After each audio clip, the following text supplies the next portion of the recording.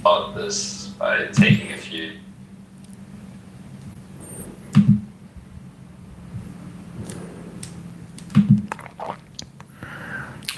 Hello.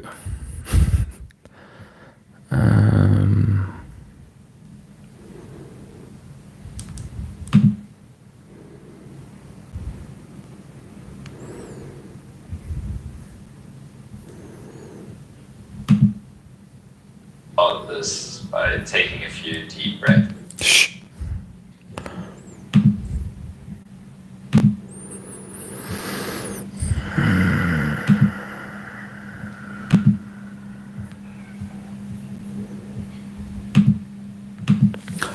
All right, so we're live. Haven't done one in a while. I was having some technical difficulties, so this might be a short one because it's kind of late for me.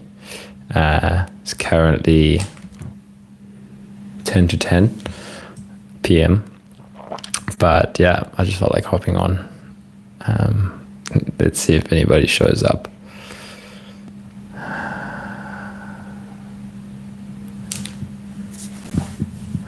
What were some things I was thinking of talking about today?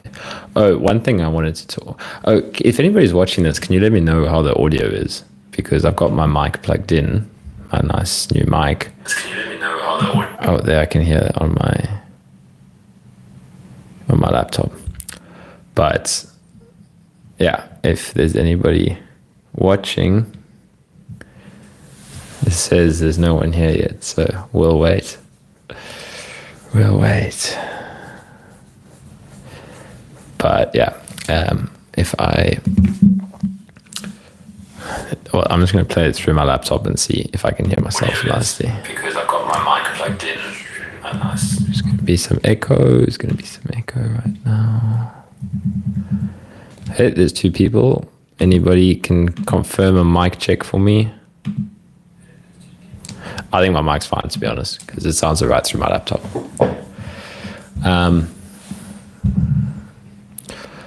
So one thing, maybe I'll make a video about this as well, but it just popped into my mind when I was taking a walk this evening, was talking about the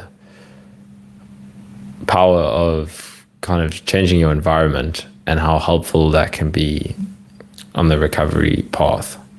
How, for me, switching environments from where I was spending a lot of time and felt really stuck to an environment where, so moving from my family's house in Langebaan, which was a small town, to Cape Town, which is where I'm at right now. Doing that now made me think back to my recovery journey and how that was a really important phase for me in the journey, where, and a really important transition, where once I'd made this change in my environment, I went from, being really stuck and living at home, and it was a big deal to go and move to live on my own, and I wasn't sure if I'd be able to manage with all the responsibilities of cooking and shopping and all of that on my own, and stuff I hadn't been doing for a long time. So that was a big jump for me at the time. But it was such an important part of the journey for me, because once I made that shift to that different environment where I was living on my own, it was crazy what an impact it had. Like, I was just reminded of it now, moving back to Cape Town again, how much better I feel in this place. Like, how just going for a walk in this part of the world just has such an impact on my overall being in the moment, how I feel, how I get energy from just kind of being in this beautiful environment, because it is a really beautiful part of the world.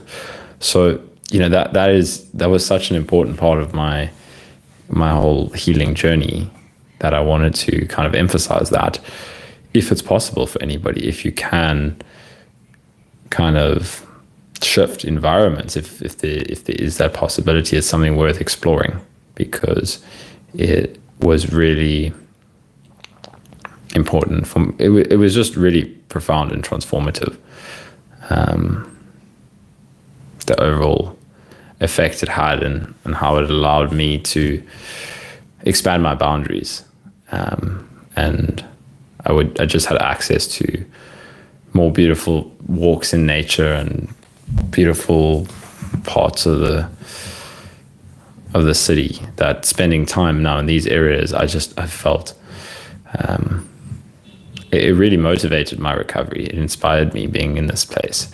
Whereas I would find when I would go back home to the small town, it's a really nice place. I got nothing against it, but it just doesn't have the same effect on me. It was too familiar as well. It was where I grew up, and it was too easy to just stay stuck in certain habit patterns of staying, it was where I was housebound most of the time. So yeah, that was, moving to the city in Cape Town was such a powerful change for me, and it was really helpful in the long run. So I thought I would lead with that. I don't know if it says we've got 6 people watching. So if anybody here has any questions, please feel free to ask anything that comes to mind. I'm happy to talk about anything regarding chronic illness recovery, emotion work, awakening, meditation, combination of everything, nothing to do with that. Hey, Julian. Will you upload this live video afterwards? Yeah, I will. It sometimes takes a while for it to like process and stuff, but all of the live streams I do, I upload the replay of it. So the only thing with the uploading the replay is sometimes I think it normally takes like 24 hours for the chat replay to come up. So what you'll often see for anybody who watches the replay of the live stream is that the video will come up. It's normally like pretty soon after I end the live stream. It goes online and you can access it under the lives tab of the channel. But you won't be able to see the chat or the questions people were asking during the live stream until I think it's like 24 hours. Then it's there. So yeah, just something helpful to know. If you want to see the chat, the questions people were asking, then you need to wait a bit. But I generally, like if somebody asks an important question, I generally try to read it out loud when I remember. I don't always remember, but to help people that can't read the chat or see the question that was asked. Now that there's more people here, if anybody can let me know if my mic is working. I've got this nice mic. I'm sure whoever's watched my new videos noticed the change in audio quality. I was so impressed with, I didn't know how good it's quite a nice mic. And I had complaints for a while about my audio quality. I was doing so much editing of my audio because it was so soft, because I was using like some shitty earphone mic. So I decided to buy a new mic, and it sounds good so far, but I don't know how it works on the live stream, if it's coming through well. So please tell me. Anybody, there's 7 people here. Surely one of you can hear my mic.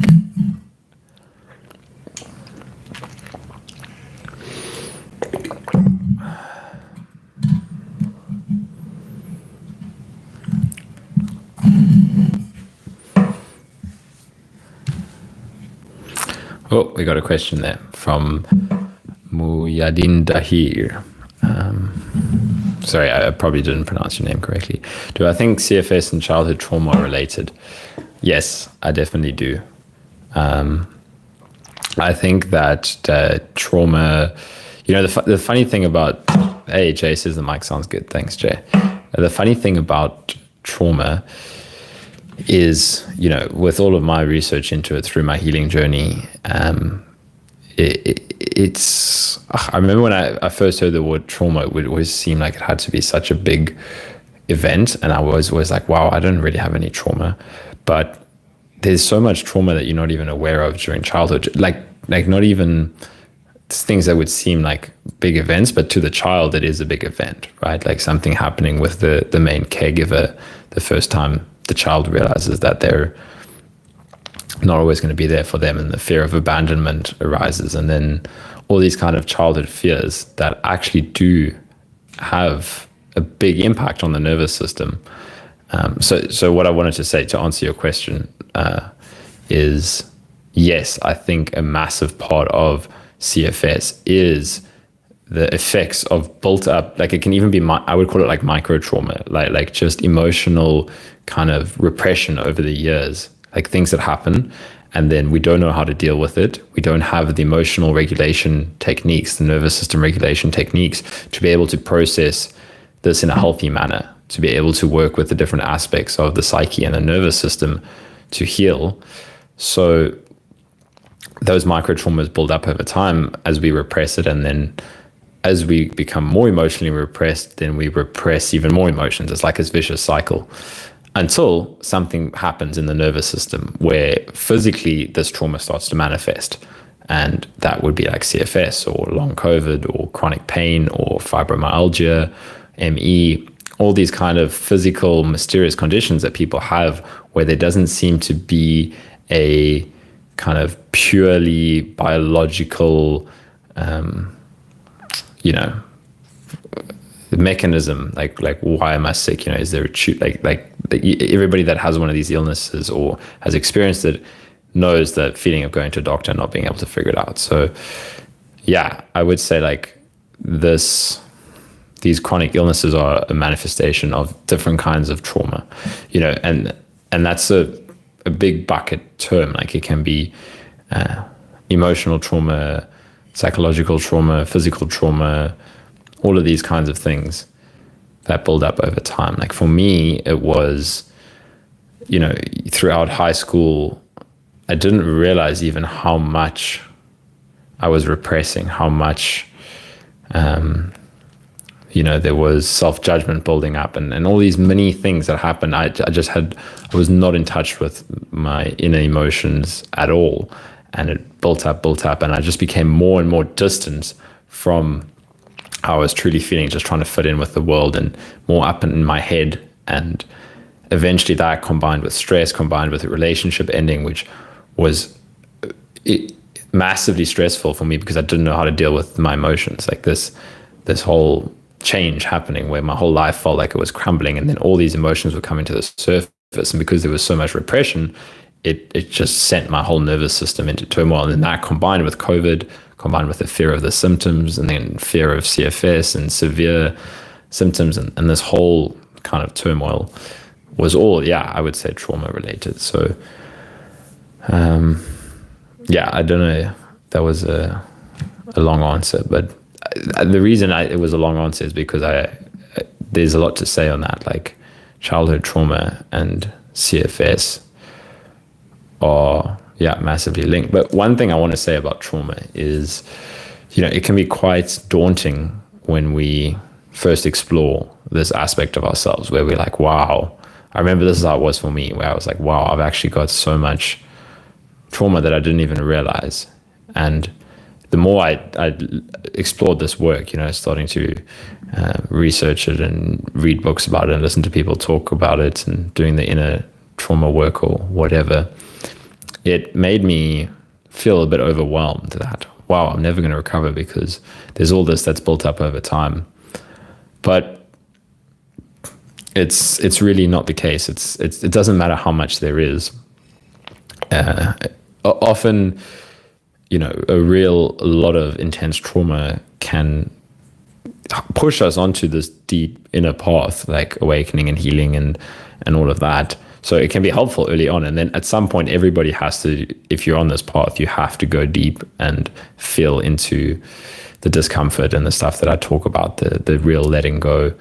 But what I want to say is it really, the mind can often make stories around how we've got too much trauma, and it can get overwhelmed thinking about all of that. But that's all just thought. So just for anybody that feels that way, I wanted to kind of reassure you that I felt that way at some point. And the more of the kind of deep inner work that I did, the clearer it gets that things let go, things dissolve, and things just go deeper and deeper. And it gets way more mysterious and fascinating, and the experience of being alive without all of that fear that had built up in the nervous system just becomes really enjoyable. So it's worth it. And it doesn't matter if your mind has all these narratives about how you have too much trauma to heal. That's just more doubt. That's part of the doubting kind of identity. So that's something I wanted to say. Let me do this.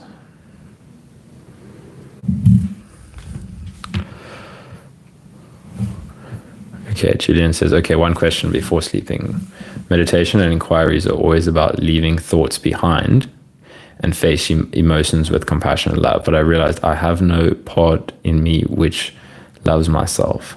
This sounds so bad, but I have nothing where I can fall into. There is just a part in me which criticizes me, and this part tried to prevent compassion with myself.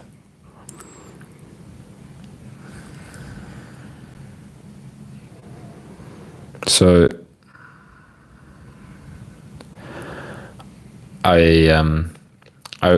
this just Julian, because we've spoken quite a few times face to face.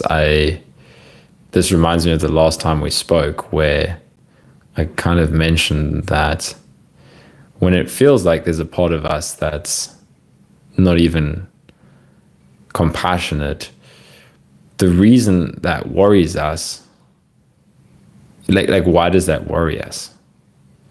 Because there's a part of us that upsets, right? And why does it upset us? Because we care about ourselves, right? It's just a trick of the mind. So like that is just one doubt thought that catches us, right? So the flavor can be intense, but the story around the emotion, right? So the emotion could be like, wow, there's really no me here that loves myself, which is partly true. Like if you do deep inquiry, you will start to come into contact with the fact that you can't really find this me that's supposed to be doing the work. But, you know, we can really get misled by the thoughts here saying, wow, there's no me that loves myself. There's only, there's just a part in me which criticizes me. What's happening is we're just identifying with the thoughts that are coming up there. So it's the same as any of the other thoughts that, you know, have come up when we're talking, where it's like, you know, I can't feel an emotion. That's that we're believing that thought, but in that moment we were actually feeling like frustration or something. And it's the same thing here. We kind of practicing this work, and then a doubt thought comes up saying, oh, but what if there's no, I can't find any part of myself that actually loves myself. That's fine. Like that's fine. Actually, I would say that it's absolutely fine, because you're not really going to find someone in particular. But what does become the problem is believing that. Like I would just say, just allow yourself to feel that as well. Like why does that upset you? Because it makes you feel something that you don't want to feel. Because we believe what the thoughts are saying. We believe the thoughts saying, and this part tries to prevent compassion within myself. So that's why, like, the compassion work can be tricky when there's still a lot of mind identification. So that's why I try to emphasize in some of my videos the importance of really practicing disidentifying from thought. So just ask yourself, why does that upset me? And then it's because it brings up some fear, and then we start believing the stories to avoid feeling that fear. So it's the same mechanism there. Let me know how that comes across, if that's helpful, or if you want to clarify that more, because I don't know if that lands.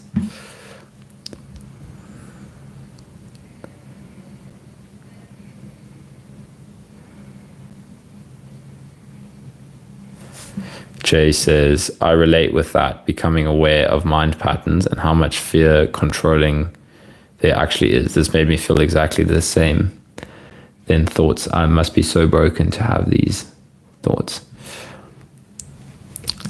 Yeah, so, I mean, it can be an uncomfortable space, but the scariest bit is only when we believe that, because that's just one more thought, like you said, that in the thought, I must be so broken to have these thoughts.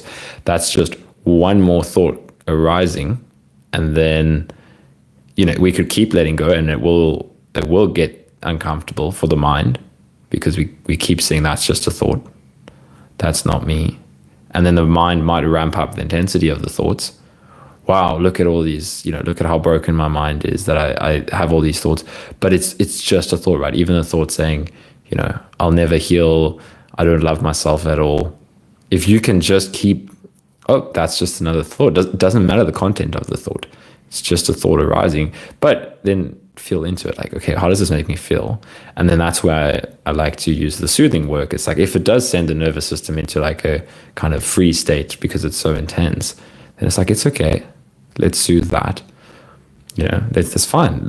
What am I afraid to feel here? But you really have to be like be curious. You really have to be willing to dig in, because otherwise we're going to stay on the surface, right? We're going to stay on the thoughts, and we'll just keep thinking about what's happening. But you actually want to be like, none of the content of the thoughts matter. So whether the thought's saying, I'm so broken, I'm never going to heal, there's no part of me that loves myself, all of those thoughts, you have to get curious to go a layer below it. It's like, okay, that is just a thought, but why do I believe it? Why, when that thought comes up, do I grab onto it and spin a narrative? And I can totally relate to that. I was in that place before, and I'm now trying to speak from the other side and say, you have to be willing to go below that. So I have compassion for somebody that's in that place. I totally understand it. But if you want to go deeper, you have to see that's a thought. And it's fun. It just takes some practice, right? It's absolutely okay if it doesn't come naturally at first. Take some practice. But yeah, you really need to be willing to go into the unknown. So like, I don't know what is beneath this thought, because staying in the known is staying in thoughts in the mind. It's like the mind will try and think about what's beneath this thought. Oh, well, maybe it's this, maybe it's that. Okay, but what don't I want to feel? Keep inquiring. And it's fine. You have to get to that space where the mind just produces these thoughts that are getting so intense and uncomfortable that are, trying to throw us off course, so to speak. It's like defense mechanism of the mind. So it's good when we get to the space, right? It's like the mind's just getting so fed up. It's like what happens when you do inquiry or use a koan that's pushing you past your thoughts. The mind will kind of ramp up in intensity, and you just have to keep on seeing that's just a thought, but what don't I want to feel? What am I not allowing to come to the surface here? Because that's what's triggering the belief that there's a belief there that what is coming up with this thought, now something's gone wrong. But if you drop the thought and you're like, oh no, there's just something I don't want to feel. So yeah, I'm not sure if that relates, but that's my my answer. Jamal Fati, brother, I think that's James.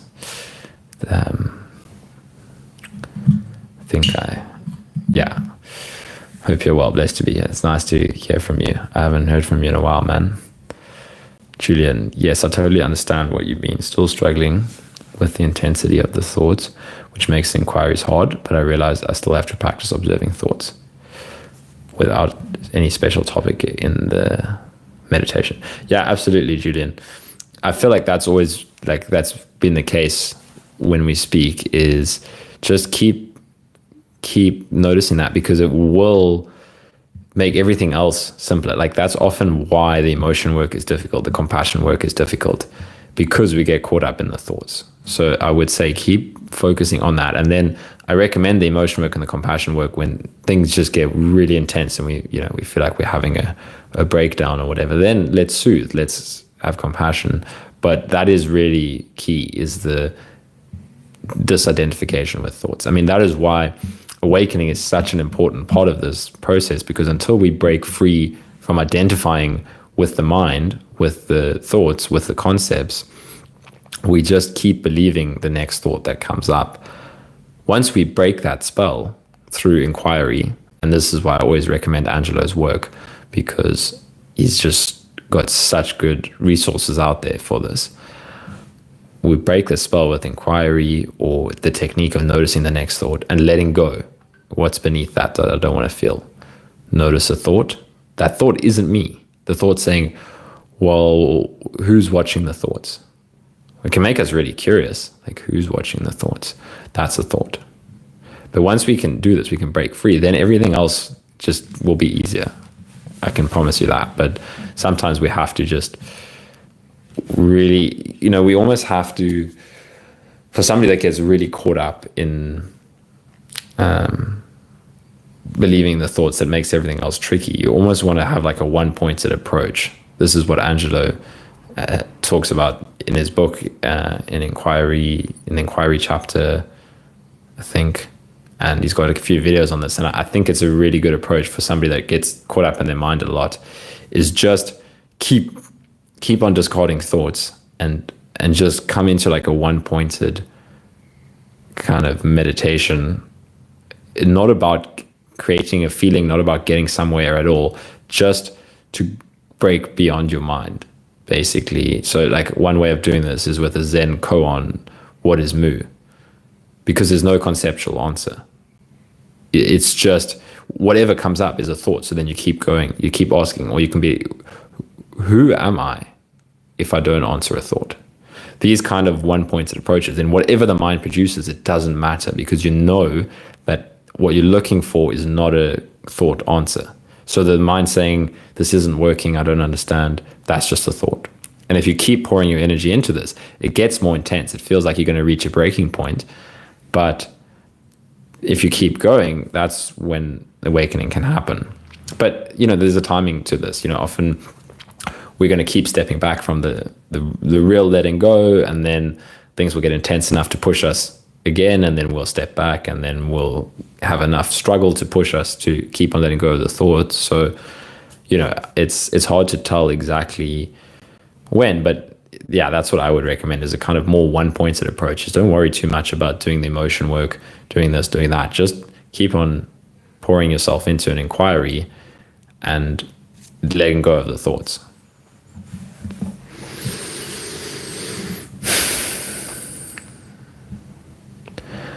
All right, yeah, it's James. Hey, Carl, good to be here live with you. Welcome, Nikki. Recovery is going really well here, and I've really been working on letting go of the I'm sick identity. That's great to hear. That is a really important part of the process. No more being the sick one. I'm beyond all of it. Yeah, it's really powerful when you let go of that, because then this intense stuff can still come up, but the whole framework, interpretation, you kind of stop the mind from going back into that whole identity that was making things so scary and challenging. It takes a willingness to let go. Again, often we cling on to those identities as a way, because it is like our last identity, right? The illness takes away so many identities, and then I'm the sick one. And that's when, if the helpful thing for me was realizing that awakening was actually a thing where, oh wow, losing all of your identities actually opens the door to seeing that was all mental thoughts, and there's this vast possibility elsewhere.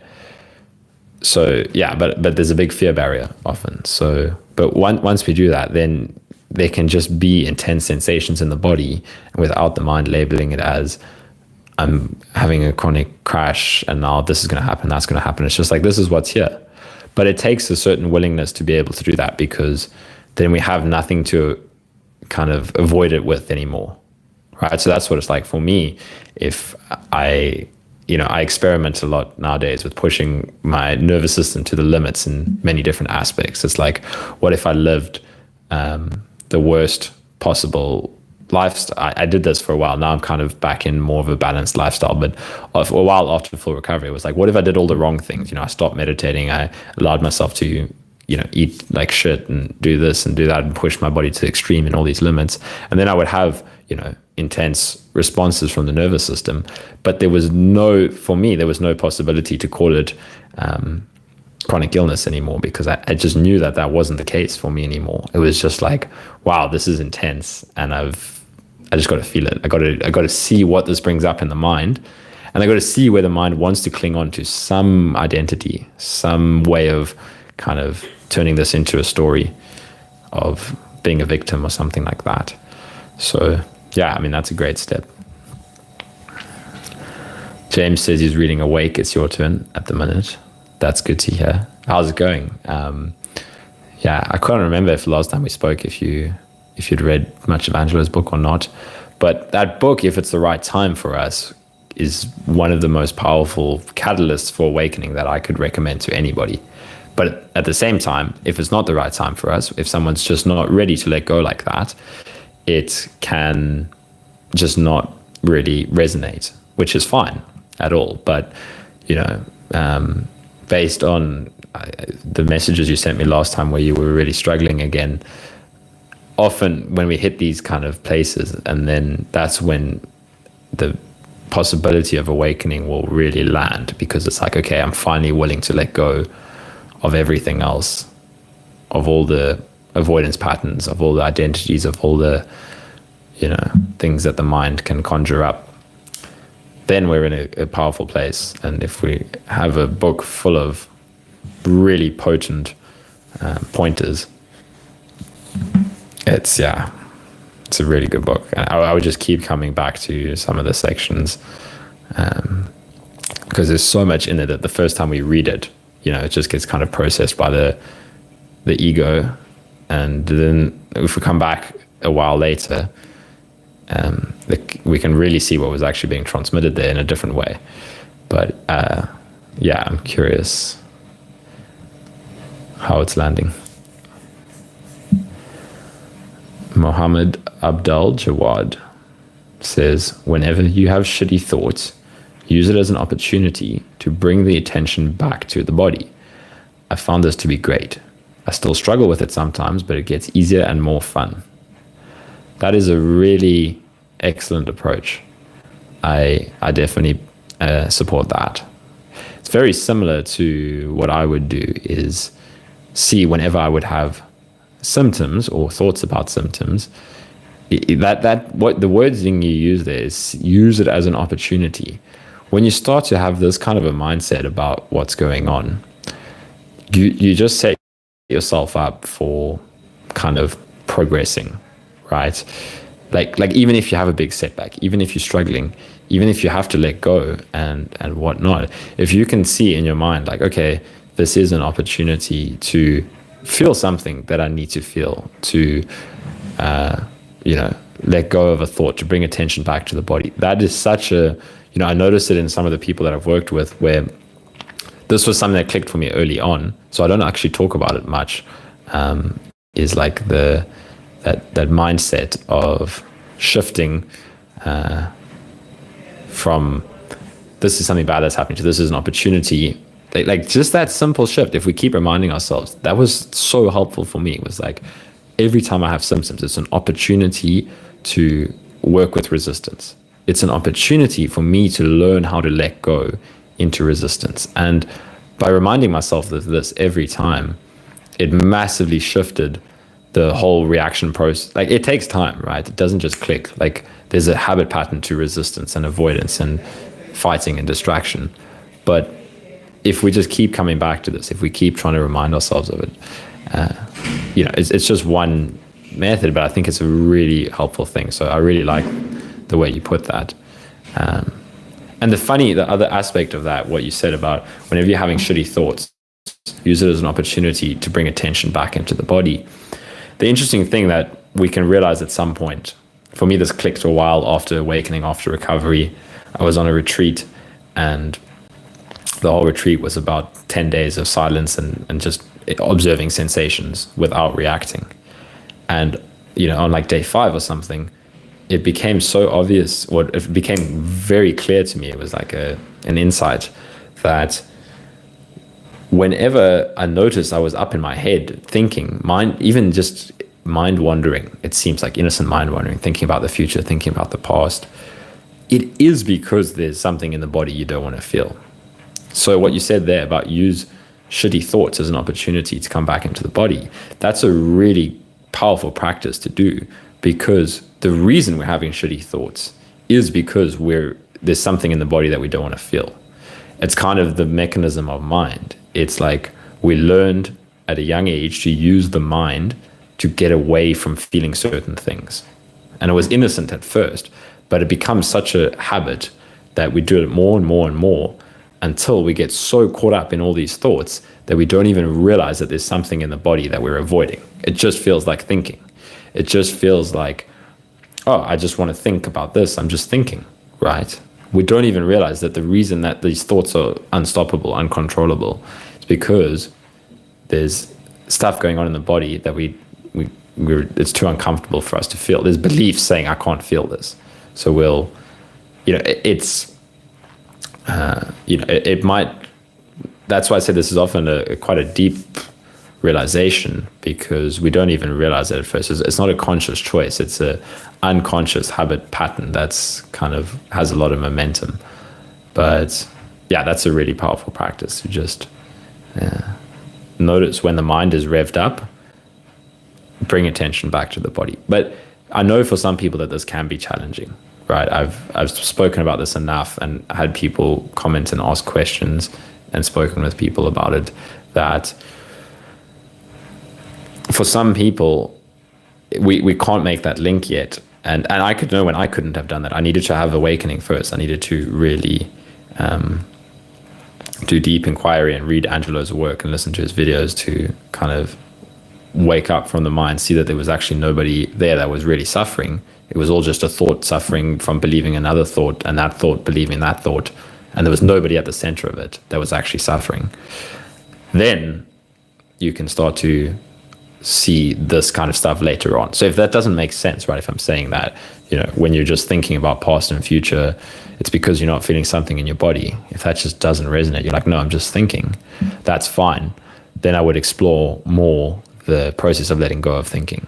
But if we can start to keep this in the back of our mind, that maybe there's something I don't want to feel. Maybe this thought is so believable because it's really, there's so much momentum pushing me up into the head to avoid what's coming into the body. So that was a lot, but I like what Muhammad said there. Nikki said, thank you for all your advice and for all you share with us. It's inspiring and so helpful as we navigate our way out of this to total freedom. You're so welcome, Nikki. There's nothing I would rather be doing, to be honest.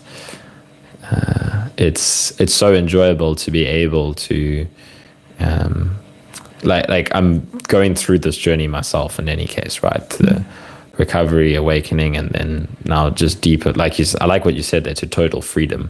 It's so important for people to realize that is entirely possible. That's why awakening is something I like to talk about, even though it's difficult to talk about sometimes, because for me, reading Angelo's book and realizing that, oh my goodness, there's this possibility to actually break free from my personal suffering entirely, was, there was so much doubt for so long, and then it kind of clarifies and clarifies and clarifies. But for anybody that's really struggling, to realize that there is a path to complete freedom, but it's not something, that the mind can imagine, like, oh, enlightenment is going to be, whatever. But just know that is a possibility, and then going deeper and letting go and trusting what's coming up in the moment is worth it.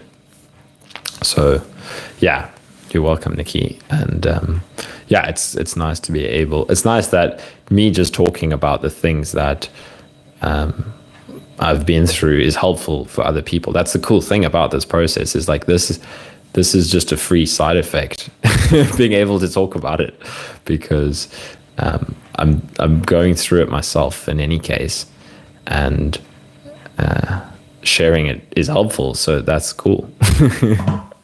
So I'm glad. Julian says, thanks, brother. Good night to all of you. By the way, again, nice haircut. Thanks, Julian. Good night. Sleep well, man. Yeah, the funny thing about, because on my last video, I also got a comment saying I looked quite good. And well, the funny thing is I did like wash my hair a bit more recently, because I was for a couple of months working pretty every day as a kite surfing instructor in the ocean. So I was like covered in salt every day. So I wasn't washing my hair so much. This is completely different topic, but it was funny because a couple of people have commented on my hair and stuff. So that's why it looks better now, because I'm done with the kite surfing work. So yeah, not that that's important, but that and the improved camera. I got a new cell phone with a much nicer camera. It's like got a 4K camera, and the quality is just a lot better. So, it makes me look better, but it's in fact just the cell phone. James says, in fact, I have pledged to be in that place where instead of escaping and distracting when I'm struggling, I'm just being with myself, being with my humanity and my body fearlessly. That's a really powerful commitment. Like, that's all you actually need in the end, because the rest, like the specifics of awakening and recovery and coming out of your suffering are not so important, right? You will find the inquiries you need to. You will do the letting go you need to.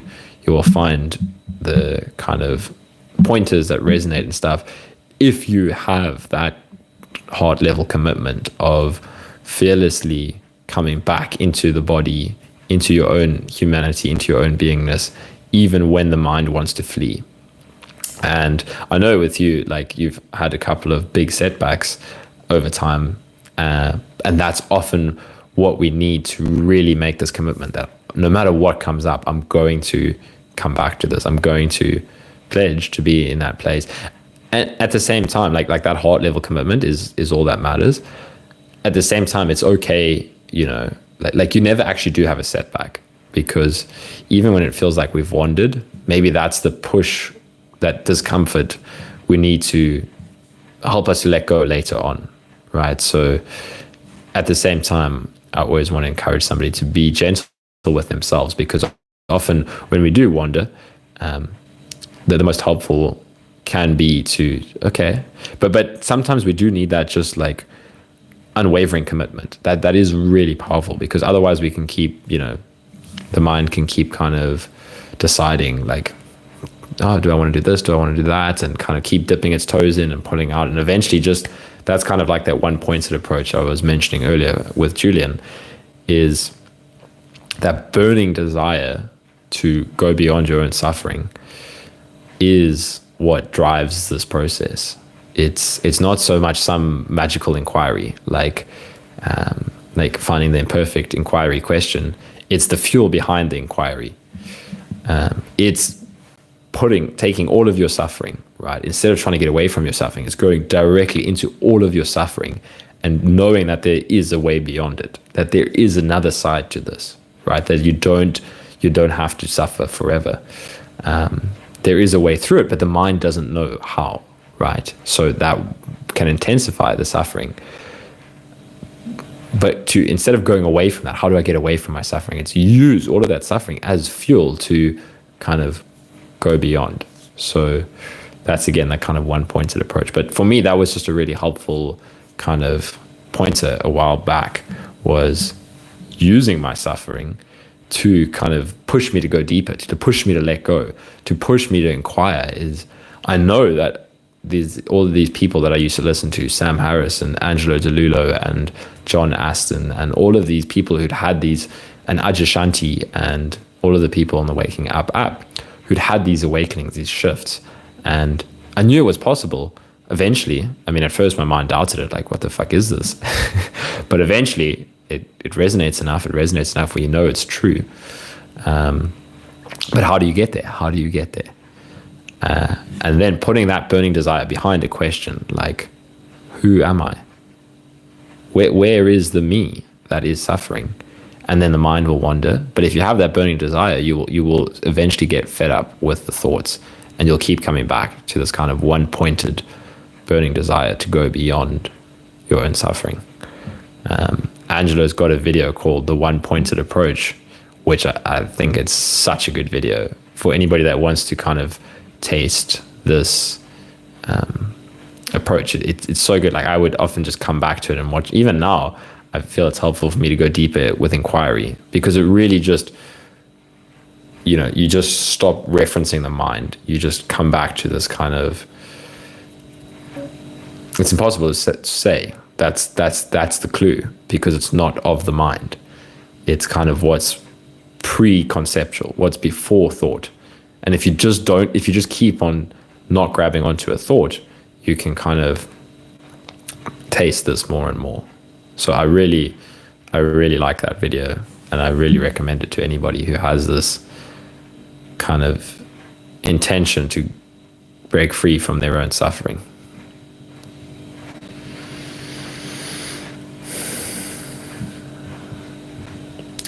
Jay Dia says, I had never thought to attribute thought storms with stuff that we don't want to feel in the body.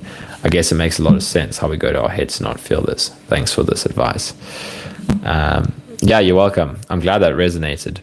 And the really beautiful thing when that is realized is you no longer have to concern yourself with the contents of the thoughts. That's why that realization is so helpful in the long run. Is I could be sitting and meditating, and then the mind could start to wonder about, oh no, but there's this coming up that I need to solve, and there's this problem that I need to solve, and there's that problem. And once you realize that the only reason your mind is wandering is because you don't want to feel what's underneath that, then you get caught up less in the content of the thought, because you know that it doesn't matter, right? So it's like coming back to that realization that no thought has any kind of weight to it. And this can be difficult to acknowledge. The mind will be like, no, that's bullshit, because there's so much letting go that has to go with that, letting go of the identities and the stories and the narratives. But once you come to that space, it becomes much easier to let go of the thoughts and go into the body, because you realize that, wow, whenever I'm getting caught up in the mind, it's just a way of getting away from the body. So yeah, I really, that insight is, even if we haven't completely realized it ourselves in our own direct experience, I think it's helpful to talk about, because like you mentioned there, it can, a lot of us don't realize it. And it simplifies things. It really simplifies things, because that's what so much of the complication is believing one of the thoughts that the mind produces, and then that running its course. And it's fine, right? That's sometimes part of the process. It's like we have a thought, we ask a question, like this is how it was for me. Like I would ask a question to Angelo or to John Aston. I used to do, he's like another guy that points to awakening, to the kind of, I really like his stuff. And eventually I came to a place where there was no need to ask a question anymore, because anything that was a question, I knew was just a thought. But at the same time, it can still be helpful to clarify things, right? So I actually asked Angelo this once, on one of his live streams or something, like, okay, this is just a thought. Is there any point in kind of digging deeper here? And then it's like, yeah, we can clarify what's below the surface. It can help you to let go of the thought. So it's a little bit of both, right? It's like realizing that there's nothing really complicated to do here. But once you realize that, it can still be helpful to kind of voice where we're getting stuck, where we're struggling. Even when we realize that everything is just a thought, okay, we eventually come into a trust of our own practice, that all I need to do is keep letting go. But having someone guide you through this can be really helpful, because there's just very common sticking points, right? I'll often have people WhatsApp me that I know that are going through this process, that I've chatted to a little bit, was one of the thoughts that is kind of getting them stuck. And it's just a very common one. So it can be helpful to know, like, yeah, that's just part of the process. That's what everybody goes through. yeah, so it's like that balance between not needing to ask a question anymore. Eventually that kind of comes up, but then it can still be helpful to chat with somebody that, or ask a question with somebody that can help you see maybe something that you're not seeing. What's the blind spot? Something like that.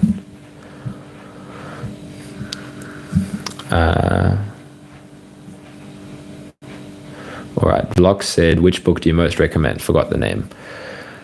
For Awakening, definitely Awake. It's your turn. I see you said thanks at the end there. So, James answered.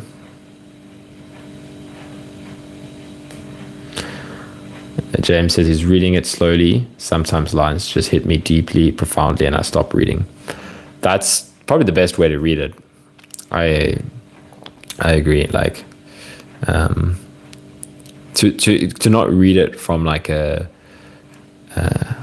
intellectual perspective of, oh, what if I read this entire book? Like, this is how I used to read books before this whole process. Where it's like, oh, if I read this book, it's going to give me something at the end of it. And sure, we learn a lot from reading a book, but reading that book and sitting with what comes. I mean, Angela recommends this in the book, so obviously that's why it's a good way to do it.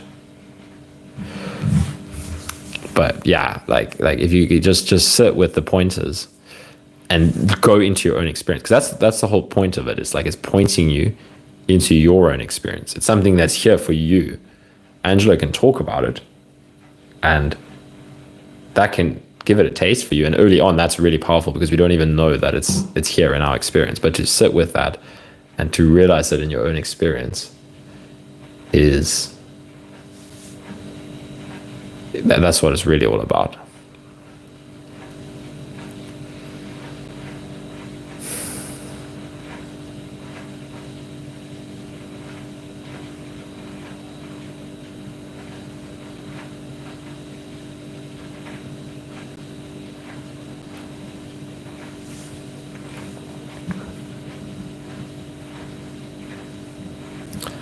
Jadia says, along with Angela's book, The Power of the Now by Eckhart Tolle has been really helpful for me, especially if you listen to the audio narrated by Eckhart.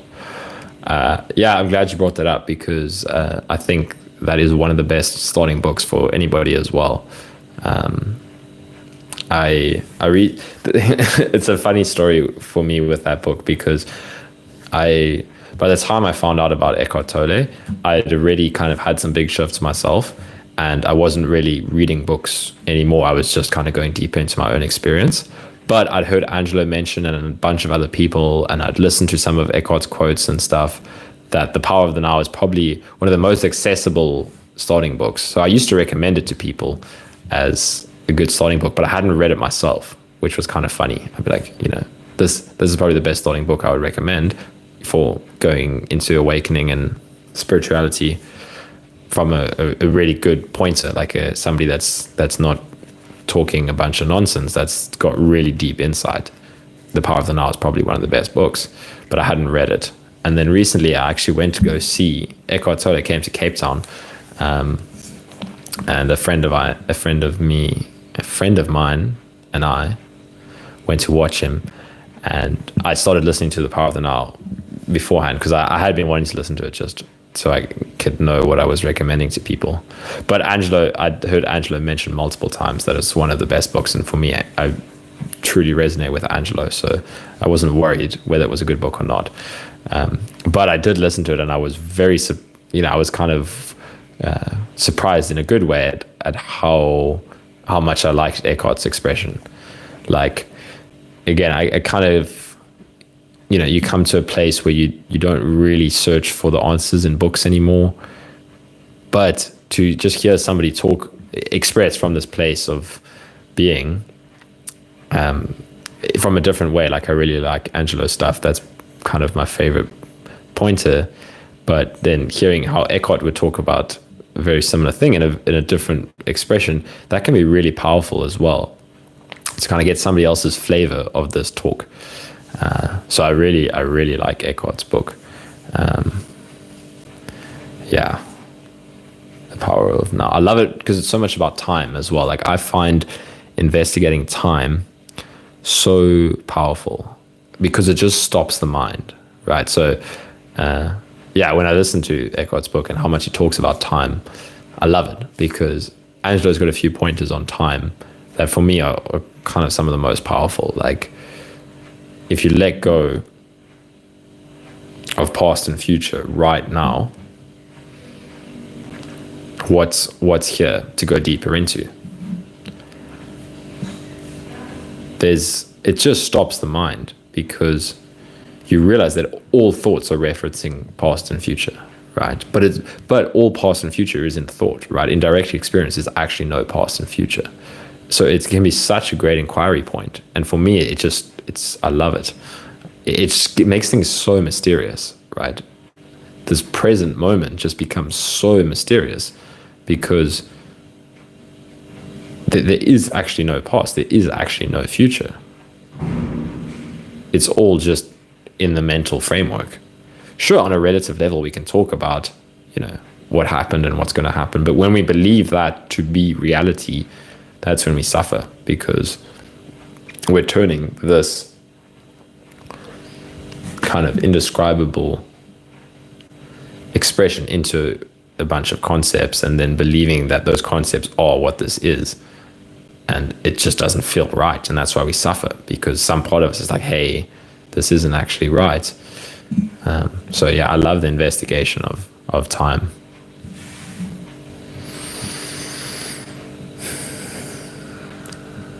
Yeah, and I also listened to the audiobook narrated by Eckhart, so I can attest that it's good as well. The Deepest Acceptance, Radical Awakening in the Ordinary Life by Jeff Foster is a great one. Highly recommend. I haven't read that, but I do know Jeff Foster's work a little bit. To be honest, I've never really watched a lot of his stuff, but I have heard a lot of people talk about him. I know Angelo's spoken about him. I think his stuff is really good for the emotion work, just from what I've heard of him, and from the few things I've seen of his. So I have heard that book recommended as well. Yeah. So I can imagine it's good. Seeing Eckhart live was really cool. He had such a presence. Like, it was like it really shocked me actually how much of an effect it had when he just came on stage, and you could just feel it. I could just feel it in the environment. It just kind of brought me straight into the moment. It was because I've been doing a lot of kind of non-dual work recently, like just being in the present visual experience without going back to reference the mind. And then I found it so easy to do in the presence of Eckhart live. It was like, wow, it was just happening automatically. It was interesting though, because he was talking to such a different depth of people, right? So then he would kind of come back onto a lighter level, just talking a little bit about thoughts and mind identification and stuff. And then for me, the effect wouldn't be so strong. But if it was pointing directly to this moment, which he didn't do that much actually, then it was like, it had such a profound effect. But it was a really cool experience. So James asks, so you stopped reading and just got insight and teachings from your path, your own experience? Yeah, so that's a good question, to be honest. Like, there's a couple of things to say here, I guess. One is I had done an awful amount of reading before that and listening to people talk and stuff, and it eventually came to the point where I was like, okay, I know all about this possibility, but and I came across Angelo's stuff, and Angelo points so clearly to how you have to go beyond the concepts, and not like knowledge is not going to get you there. But I had to, like, it was helpful for me to read those books to get to that place where now I had to go into my direct experience. So it's a timing thing. Like, I wouldn't necessarily say to somebody like, don't read, just stop reading all the books. At a certain point, like if I was talking to somebody one-on-one and I could, tell that they were just looking for, they kind of had enough understanding, but they were just looking for everything from an intellectual perspective, which is a very common one. Like the mind just wants to find the answer, and it's scared of letting go of like, well, what if you had to stop and look for it now instead of looking for it from somebody else. But I do think these books can still be really helpful pointers at the same time, as long as we realize that what they're pointing to, we were only going to find in our direct experience. You're not going to find it at the end of the book. Like you have to, basically you just have to balance it out with enough kind of looking in your direct experience. And that was what happened with me. Eventually, I would still, so I stopped reading those books, but I would still listen to Angelo's videos because I would just find them such helpful pointers for me back into the direct moment. But I did find whenever, if I wasn't meditating enough myself, then I would just be listening to something without really getting a taste of it. So that's why, these things can be really helpful, but we have to actually be looking in our own experience as well.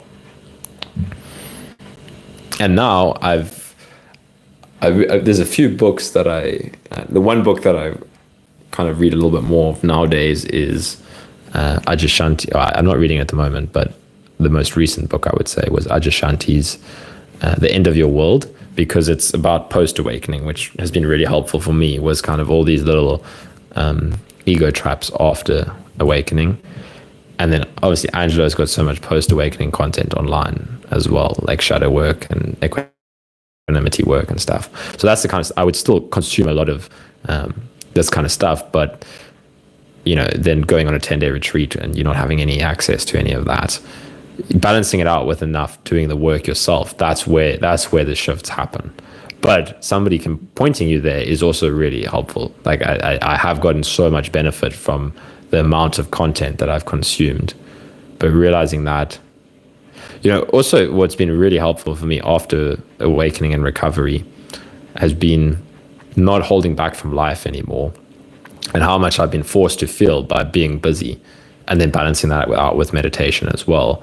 But, like I'm just referencing a time when I would just look for the answers in books and stuff, and then having to deal with the textures of everyday life has been an important part of this deepening process as well. A really important part of it. But it all has a timing to it, right? Like I had to have the time away from life where I was very isolated and just going deeper within myself to get to the point where I'd recovered enough that now I could introduce myself into the world from a different space. So again, it's very much about somebody's personal circumstances. Maybe for one person, if I was talking to them, I would say, maybe it's not time to integrate yet, and maybe it's time to spend more time just sitting on your own. And maybe for another person, that's what's holding them back, is they're not allowing themselves to expand their boundaries, and they're kind of afraid of the unknown. But for somebody who's doing too much and just keeps on overwhelming themselves, then maybe they need a little bit more time to sit and soothe the nervous system. So, that's where it's about you finding your path for each person. Yeah.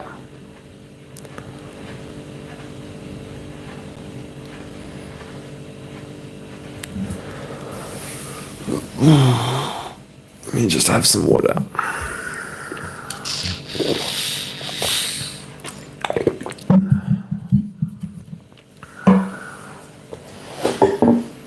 Okay, Vlog says,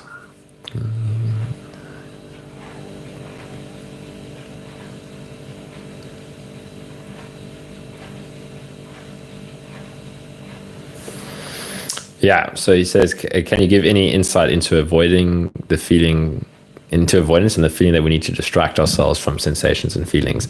Like I even find myself trying to consume all these different videos and acquiring knowledge about mind, body, and everything, almost like frantically avoiding truly applying the knowledge I acquire. So that's exactly what I was talking about when I was saying, for some people, we're using the knowledge acquiring as a way to avoid letting go. So there's a certain amount of benefit that is gained from that. We learn kind of the path, but at some point we're using that to avoid feeling. So that's what's happening there, right? Is it's okay, but we have to, dedicate a practice. This is for me where I learned to meditate for eventually, it started off with like half an hour a day, eventually 45 minutes, eventually an hour and a half, and then meditating around an hour and a half to 2 hours a day. But I learned to really keep on letting go of the thoughts and come back to the sensation of breathing. That's where things started to go deeper for me, because I now was learning to let go of the mind. Whereas before that, that's when we can just be we're so afraid of going into the body, into the physical sensations, that we will just keep on looking for any mental answer, but that's not going to give us what we need. It's okay. I've been there myself. I've had those avoidance patterns, but at some point we have to commit to feeling what's here.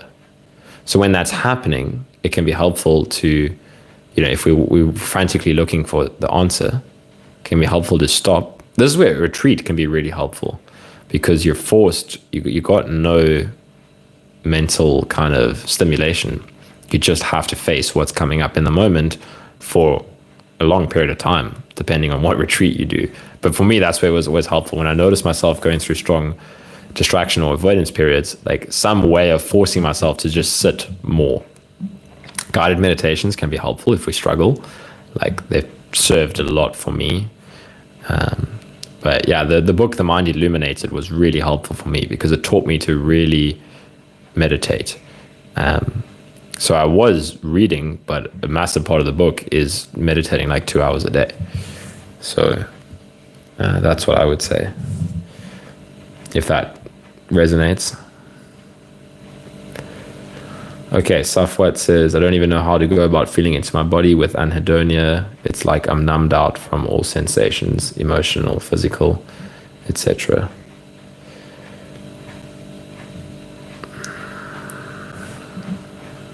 So,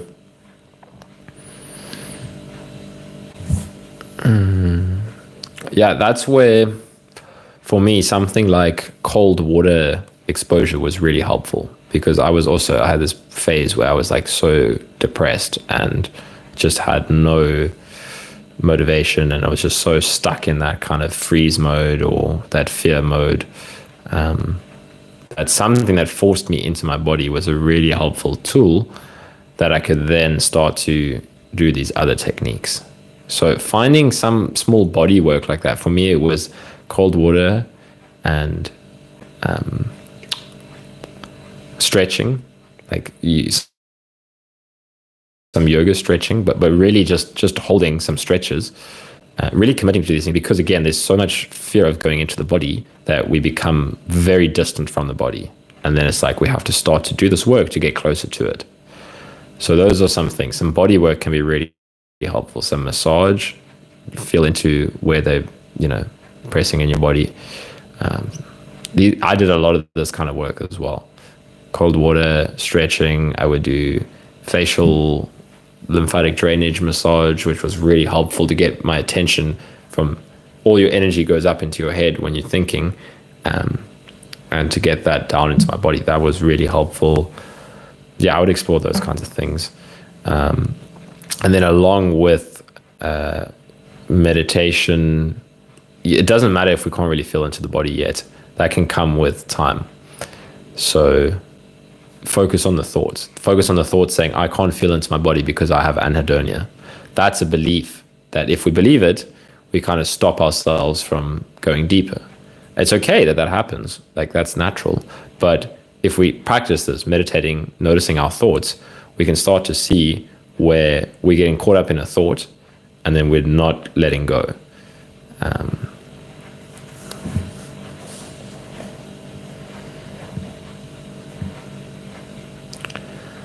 All right. Any other questions?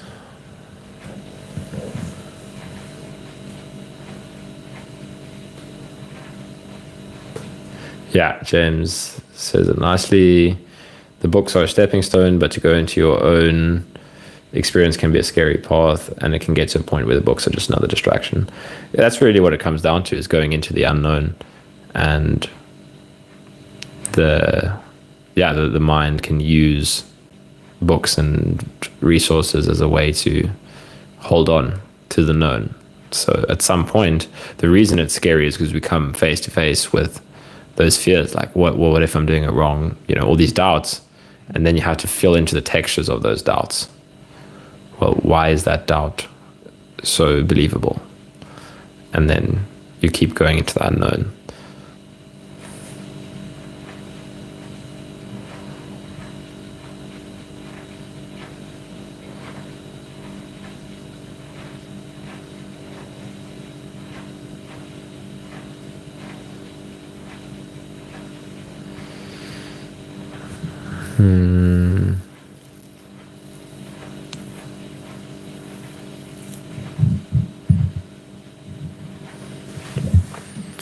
Yeah, no, for sure, Safwat, you definitely can heal. And it's okay, yeah, that helplessness is scary, but it's an important stepping stone to going deeper. So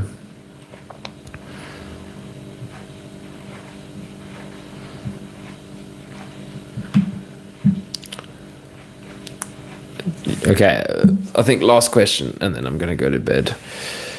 Johannes says, how do you balance the acceptance and compassion work with the symptoms, with the necessity to focus on the meditation object, the breath? I feel like it can create a lot of thought to decide whether to stay with the breath or to go into the symptoms right now. That's a great question, because it is something that I worked through myself for quite a while. And let's see what comes up.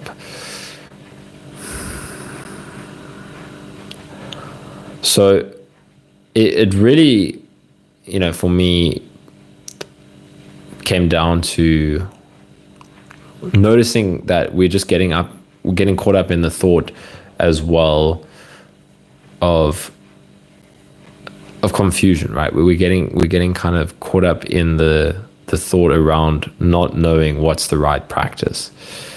For me, realizing that was really helpful. Like when I would be deciding, like, should I stay with the breath or should I balance acceptance and compassion work with the symptoms?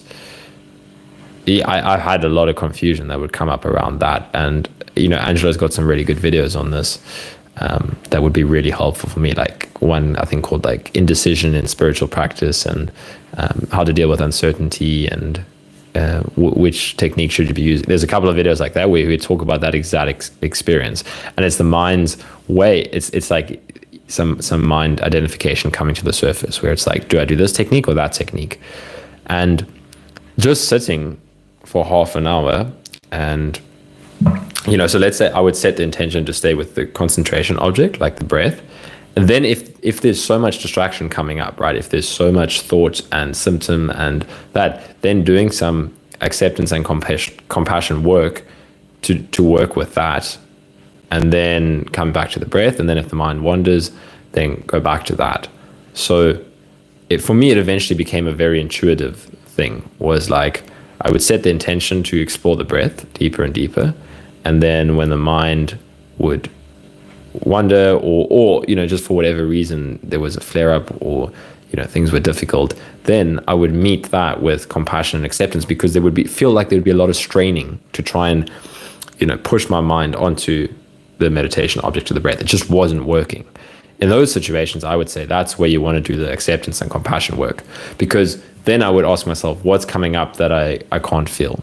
What's coming up that I'm struggling with? Something like that. But let me know if that answers your question, because I do have a lot of kind of experience working with this myself. Like I remember like 6 months ago,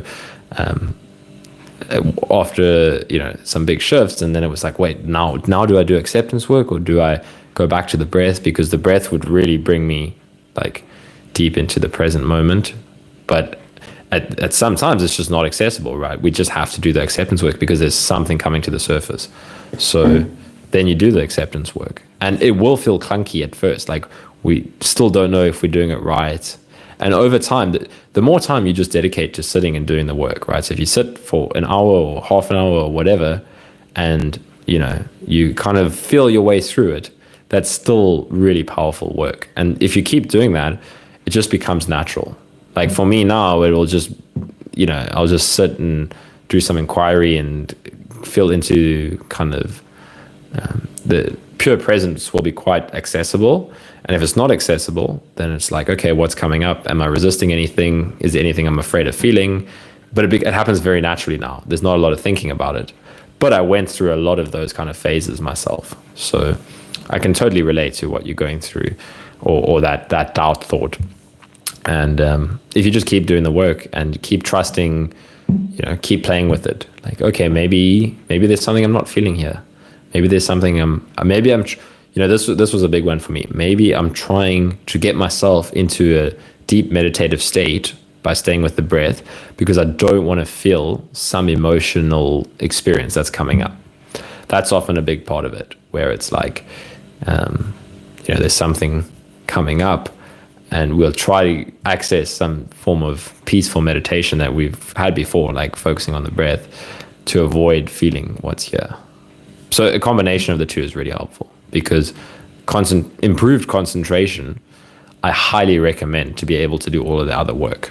Like if we can just dedicate time each day to practicing concentrating and then working with what comes up, and then try to stay with the breath and then work with what comes up, the two in combination are powerful, because concentration will allow you to go deeper with your inquiry, and that'll bring more to the surface. And then the compassion and acceptance work will help you to let go and heal.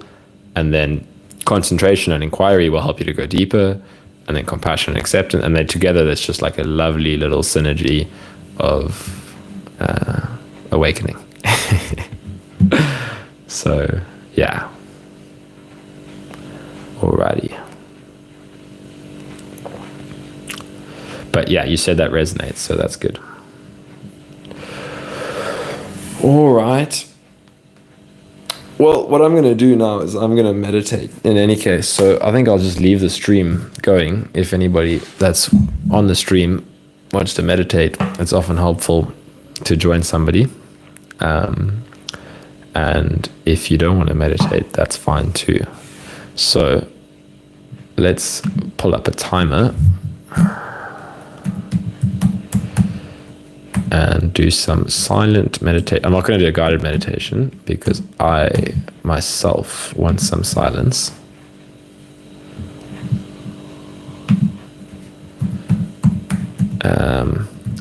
But yeah, I'm thinking of doing. Sorry, I'm trying to search for something and talk at the same time, and then my mind just spazzes out. Let's do. Okay. Yeah, I've been thinking of doing like more online meditation, because I know for myself, like the struggle always used to be getting myself to meditate, because like a few people said, I think Vlox said it, how, it's just so easy to distract. So then I like the idea of doing some online meditation, maybe like a weekly thing or something where I just come on and meditate online, and that can be helpful for anybody else that wants to meditate. It can be like a motivator to join in and do some meditation themselves. So yeah, I might do this more often. I think I'm going to do more live streams now that I'm done with my my other job for now. I've got more time to dedicate to this, and I want to explore some different things, like maybe a weekly meditation group or something where people who want to go deeper with this can join me, because I'm meditating like 2 hours a day when I can. Sometimes I'm busy with the relative world, but I'm always exploring this. So yeah, it's fun. It's fun for me as well to, there's a massive effect with combined practice. I notice it whenever I'm on retreats. When I was traveling, I was meeting people and staying with them that meditated, and we would meditate together. And there's a powerful effect with meditating with other people, right? It has a group dynamic to it, a shared presence that has an effect. So I love that. I love retreat. I love any form of kind of group meditation, silent meditation, or guided. But even just group silent meditation, there's just some kind of group presence effects. And I think it works even online. Like I remember the first time I did a guided meditation online, it I had way deeper experience of presence than when I would just meditate on my own. It was like really cool. So I'm gonna do a 30-minute timer for myself. 30 minutes.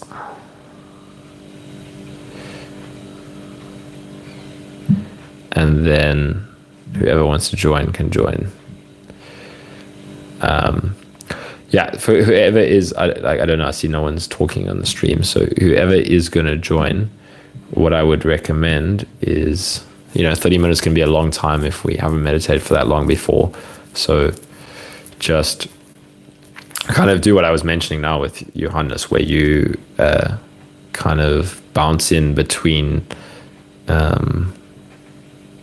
just try and stick with a meditation object. And then if you notice yourself struggling, getting caught up in thought, resistance, how much longer is this going to be? This is uncomfortable. That's fine. Just then explore. What am I not allowing? What if this just stays like this forever? And then come back into kind of the present experience, and then explore. Stay with the meditation object, stay with the sensations, and then if you're struggling, come back. So that would be my advice, and just do whatever practice resonates for you if you have practice.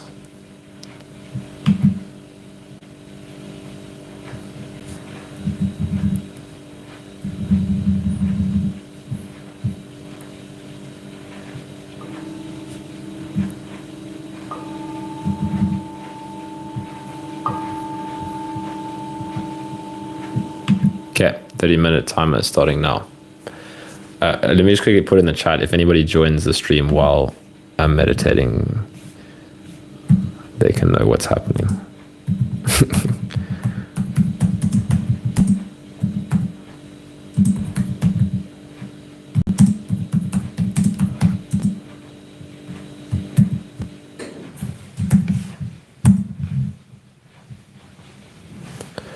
Cool.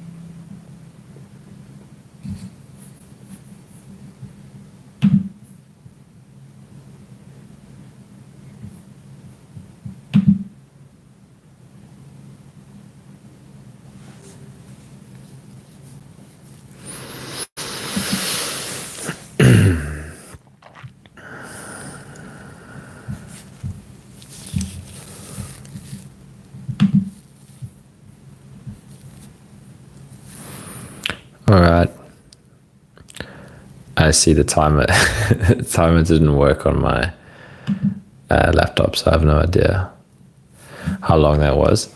But my laptop's about to die, so that was the ending bell. Was my laptop dying notification.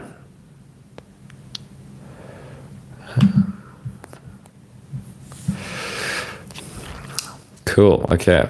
Thanks for joining meditation. Whoever joined. Don't worry if there was lots of thoughts, if it felt peaceful, if it felt full of resistance. Any commitment to sitting and feeling and going deeper pays off. So that's always helpful. Just well done for taking the time, and don't worry, you did the work. Cool. Thanks guys for joining.